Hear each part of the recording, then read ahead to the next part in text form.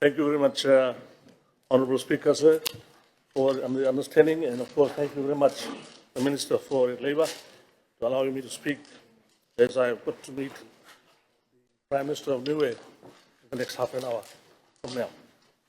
The Honorable Speaker, sir, the Honorable Prime Minister, the Honorable Ministers and Assistant Ministers, the Leader of Opposition, the Honorable Members of the House, ladies and gentlemen, Bulavinaka, Sasri Akal, and Namaste to you all.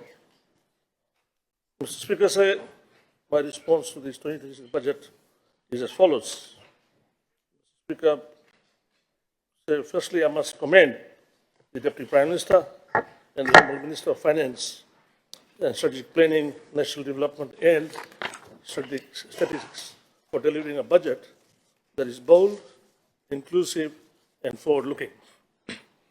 In the face of the ongoing international conflicts, delicate trading conditions, and unpredictable global economy, this budget is carefully crafted to promote resilience and fairness at its core.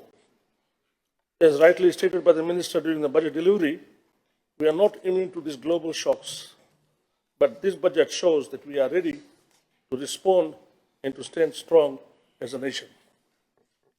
This budget for all Fijians, regardless of ethnicity, gender, age, or background, it brings all the corners of our society with one shared purpose: to build a more prosperous, inclusive, and resilient Fiji.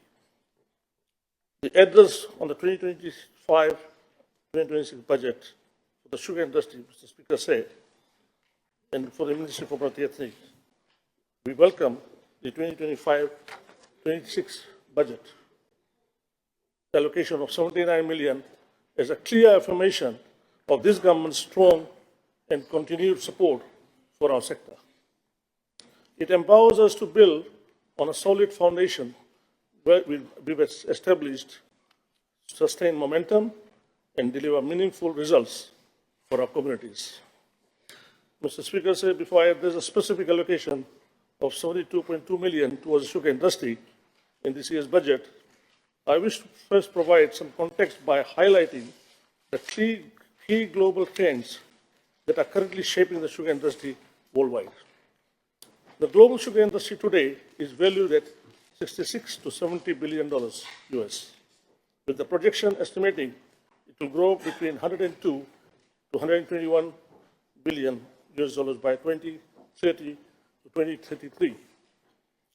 The market remains heavily influenced by government subsidies, quotas, and export controls, particularly in the dominant producers like Brazil, India, United States, and European Union. In 2025, the global sugar production is expected to reach record levels, with Brazil, India, and Thailand leading the way forward. But despite this abundance, the global sugar market is experiencing a significant volatility. In Pakistan, the government has forced to import 500,000 tons of sugar to ease the severe domestic shortages after earlier exporting a significant volume. Kenya has shut down several sugar mills due to a shortage of sugarcane, leading to rising prices of food insecurity. Philippines has faced a major crisis just last year, importing hundreds of thousands of tons of sugar due to poor harvest. Even in the European Union, where the beet sugar dominates, several sugar mills have closed, and beet acreage has declined by 9%. India, the world's second largest sugar producer, is now reducing sugar exports to focus on ethanol, creating a potential ripples in the global supply. These are not isolated events, Mr. Speaker, sir. They are signs of a sector under pressure from climate change, erratic rainfall, rising input costs, market distortions, and shift in the land use. Honourable Speaker, I share these examples and figures today to make one point clear, that Fiji is not alone. Challenges we face in the sugar industry, from production to profitability, are part of a larger global trend. But understanding this global context gives us strength and it shows us that we are not isolated, and the solutions are within the reach if we act decisively and collaboratively. Mr. Speaker, let us now turn our attention to the Fiji sugar industry, an industry that was once the backbone of our national economy, and more recently, a resilient lifeline during the COVID-19 pandemic, when other sectors came to a standstill. Despite this historic and ongoing contribution, it continues to face criticism and scrutiny, often without a full understanding of the immense challenges it endures, or the serious efforts being made to transform and revitalize. Mr. Speaker, let us not forget our urban centers, thriving businesses, and the key infrastructure we built on the backbone and the spillover of this very industry. So I asked this August House, how can we now turn our backs onto the very foundation that it was built on? Mr. Speaker, last year the sugar industry was allocated $70 million, later revised to $79 million now. In return, it generated $235.2 million in export earnings in 2024. But more importantly, the revenue didn't just appear on paper. It flowed directly into our local economy, creating jobs, sustaining livelihoods, and driving small towns and big town commerce industries. I invite the members of this House to visit Waileka, Tavua, Ba, or Lambasa during the cane payment days. You will witness the surge of economic activity. Shops still run on cane payment sales, and many families still plan weddings and major events around the cane payment calendar. That's how deeply this industry remains woven in our social and economic fabric. As someone who understands both the numbers and the realities on the ground, I say with confidence that this is not a burden. This is a wise and a strategic investment on our people and the economy in our future. Mr. Speaker, before I outline our strategy moving forward, allow me to shed light on the significant budget allocation made to the sugar sector. This funding is not just a number on paper. It represents a continued commitment to supporting and strengthening the backbone of a rural economy. The allocation will sustain and enhance critical programs that are the lifeline for our cane farmers. This includes the ongoing fertilizer and weedicide subsidies, the sugarcane development and farmers assistance program, and the cane cartridge subsidy and the maintenance of cane access roads, all vital to ensuring that the wheels of our industry keeps turning. And Mr. Speaker, I am proud to state that under this coalition government, we have strengthened and expanded and scaled them to reach even more communities and deliver greater impacts. We have also introduced new initiatives in the previous years, and we've already shown results towards the motivating farmers. And for instance, the Farmers Incentive Program has motivated 3,208 growers this year to increase their cane production, and by providing $5 extra additional on ton of cane produced. We intend to assist another 3,500 farmers in the coming financial year. The Manual Labor Support Program has helped aging farmers and those facing labor shortages to continue farming with the support of $3 per ton to subsidize manual labor. This year, we've assisted 7,786 farmers and anticipate the same number in the coming year. The most importantly, the new Farmers and Lease Renewal Program has given the confidence of the next generation to join and remain in the industry. We have assisted 482 farmers to date. This year, we plan to assist another 100 farmers. In fact, this program has performed so well that I'm pleased to inform this August House and that the Ministry of Finance and Strategic Planning will also roll out the lease renewal program to all other farming sectors from this year. This is a powerful signal that the land security and agriculture remains at the heart of our development agenda and the economic development. Mr. Speaker, I warmly welcome the formation of the Special Parliamentary Committee on Sugar to be chaired by the Honourable Prime Minister. This important step reflects the government's serious commitment to the industry. Earlier, when Honourable Viman Pillai or Praveen Bala spoke about bipartisan, we are genuine. That's why we've included the Honourable Leader of Opposition to be on the committee. And of course, the leader of G11. However, the indication that I got from them that perhaps they wanted to be in the committee. And I'll tell you one thing, the only reason they are not on the committee, because they are not from any party. You have to be a party, to come from a party. What I'm saying, these are the indications, and I told the leader of opposition while he was coming inside, I said, be careful, you may be displaced by these two in the committee. You are a joke. In fact, the program performed, as I said, so well. Mr. Speaker, I warmly welcome, as I said, the formation of a joint parliamentary committee. The Prime Minister is serious. The Minister of Finance is serious. We are serious on this side. If anybody has destroyed the sugar industry, is Fiji first government who sold the sugar bill, a recurring bill for $300,000. Daylight robbery. Daylight robbery under your government. Honorable Bala, you are a very senior member of parliament, right? When you address someone, you address me. You address me. Or else I'll issue a yellow card right now. Now, behave yourself. Can you please continue? Thank you, sir. Mr. Speaker, sir, let me now outline the strategy, but first I wish to bring your attention to some striking data of 2023 sugarcane production.